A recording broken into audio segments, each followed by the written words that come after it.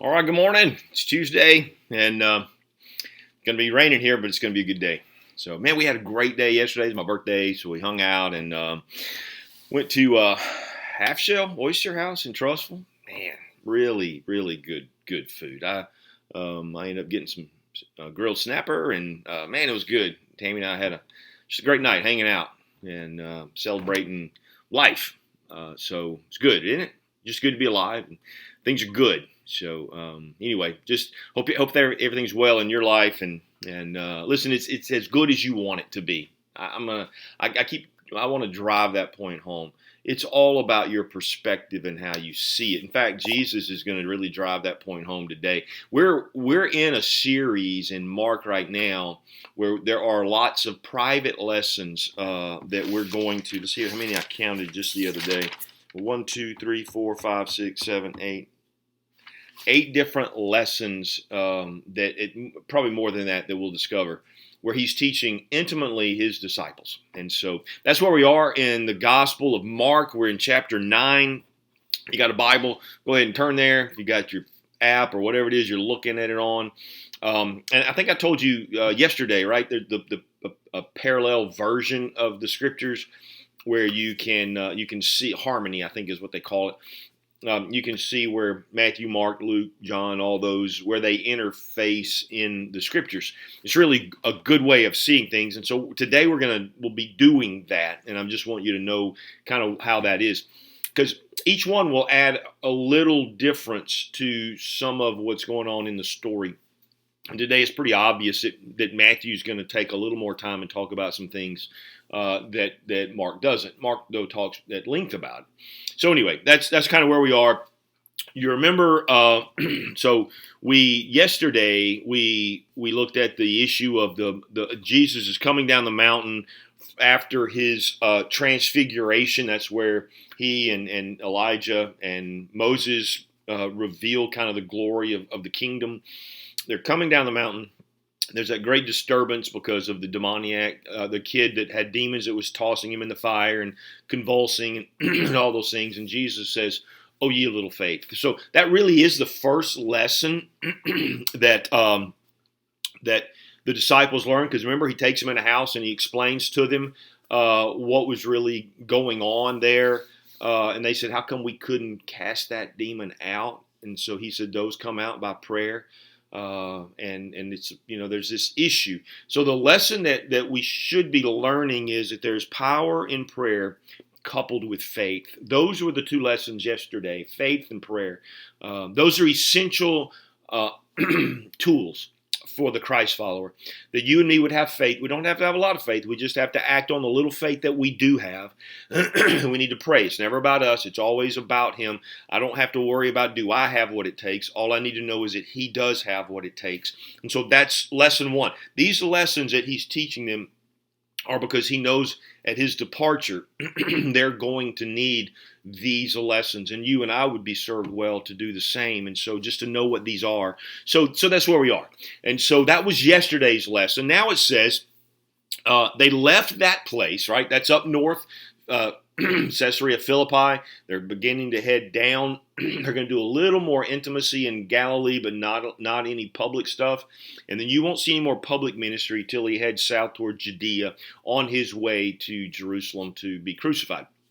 So this is kind of where we are in all of that. So let's just kind of join in the deal. It says they left that place and passed through Galilee. Jesus did not want anyone to know where they were, because he was teaching his disciples. All right, so you get the picture. Jesus is done with the public ministry. I'm not letting anybody know where I am. Nobody's we're just gonna incognito. We're gonna spend some time together. So it says the Son of Man is going to. So he's telling them, this is his lesson to them. The Son of Man is going to be delivered into the hands of men. They will kill him, and after 3 days he will arise. But they did not understand what he meant. They're afraid to ask him. They're going, I don't know you guys know what he's talking about? I don't know what he's talking about, right? So let's just kind of break that down, because they do understand some things about that. So we're going to listen in and we're going to learn to see what's going on.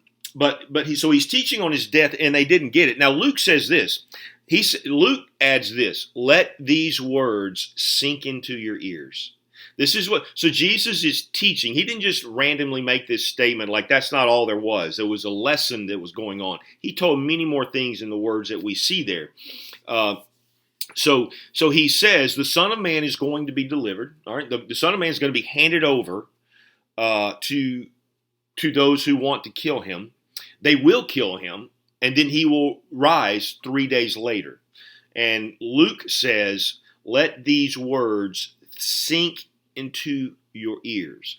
And Matthew says they were deeply grieved. So they understood the death concept. They understood that Jesus was saying, "I'm going to die." That's why they're grieved. But they don't understand what he meant in how all this works, because they have in their mind they have a triumphal Messiah.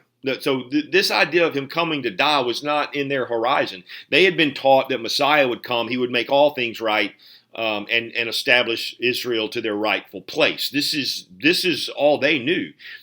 What he's saying is so contradictory toward what they have been taught that they can't correlate these things. And so that's what they're saying. They're going, I don't understand how this fits into, right? They are grieved. They're going, he's going to die. So this is where it was. Now, Luke also says that the reason why they couldn't understand, and this is an amazing concept. Luke 9:45 says it was concealed from them. In other words, like God didn't want them to understand all the intricacies. He's just giving them bite-sized pieces of that. Much like he did Joseph when he allowed Joseph to see a dream that he was going to that his stalk was going to rise up and all the others were going to bow down, so that he knew, hey, I'm going to be a leader. He didn't know all the junk that he was going to go through to get to that place. Had he done that, he'd have gone, "Now, look, go pick somebody else. I'm not interested." I think here is one of those things. I'm grateful that God doesn't give me all the particular details of my future or anybody else's for that matter, because of the difficulty that it brings. And so this is what's going on here. He wants them to understand some basic issues. He's not interested that they understand all the intricate details of this, just the base issues. And so that's what's going on. Now, then this is where it gets humorous. He says they came to Capernaum, which is Peter's place. When he was in the house, he asked them. Okay, so they go to Capernaum. They go into a house. We most believe that it must be Peter's house, but he says it went into the house, kind of like it's kind of the place they hang out. We know they hung out there. So anyway, they're in the house, and he says, "Hey, so what were you guys arguing about on the way in?"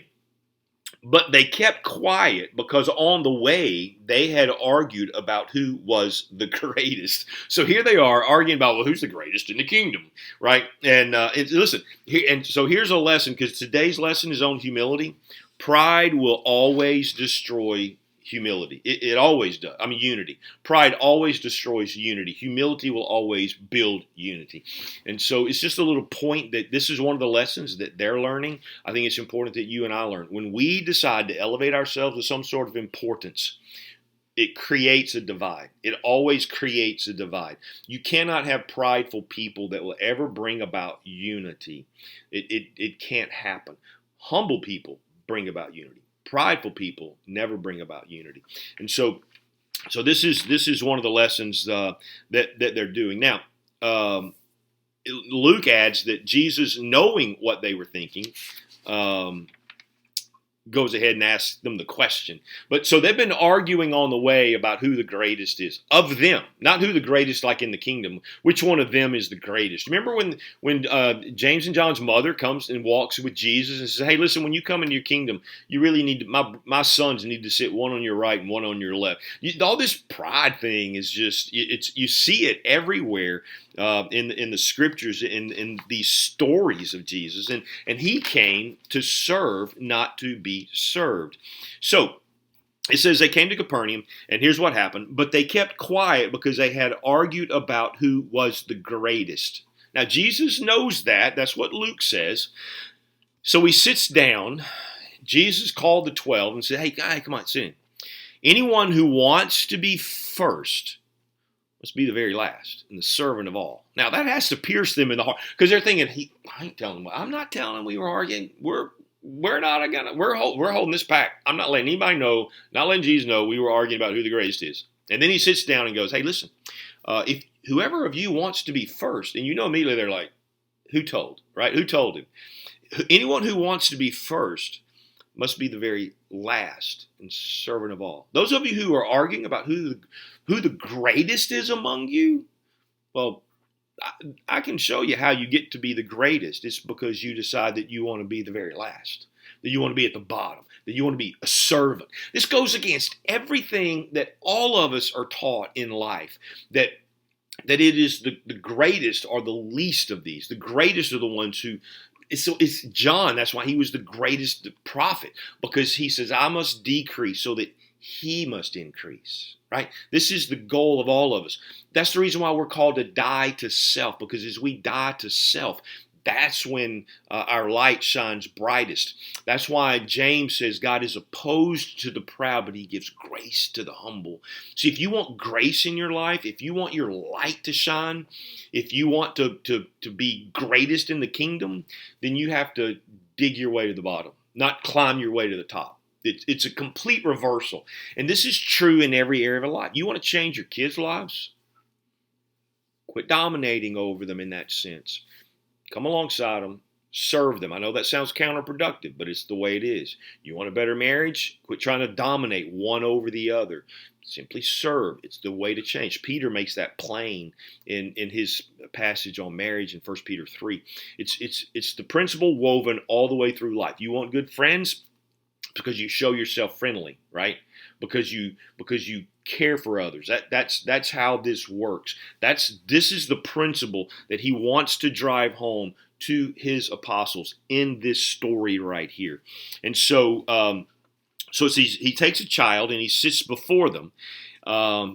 So he says he took a little child whom he had placed among them, taking the child in his arms, he said to them, so this child's old enough that they can walk, young enough that they can carry, right? So we're talking about someone 3 to 5 years old, probably. Someone in that range. I mean, I pick up all my grandkids and they're like 14 and to, newborn. But whatever it is, it was a small child, sets him before them, and he says this, whoever welcomes one of these little children in my name welcomes me.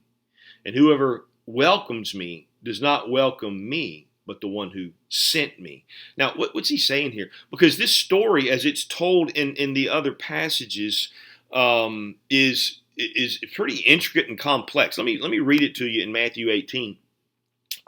Matthew 18 says this, at that time the disciples came to Jesus, who then is the greatest in the kingdom? And he called a little child to him and placed it among them. And he said, truly I tell you, unless you change and become like little children, you will never enter the kingdom of heaven. Therefore, whoever takes the lowly position of this child is the greatest in the kingdom of heaven. And whoever welcomes one such child in my name welcomes me.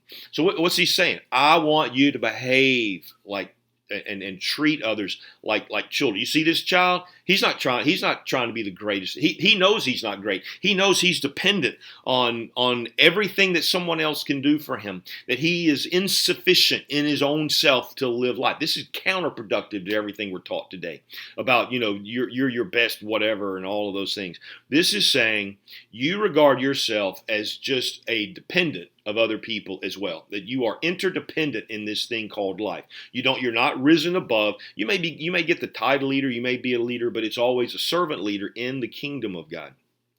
It's always that you don't come to be served, like to rise to position so people go, oh, how great, but that you come so that as a leader that you can serve.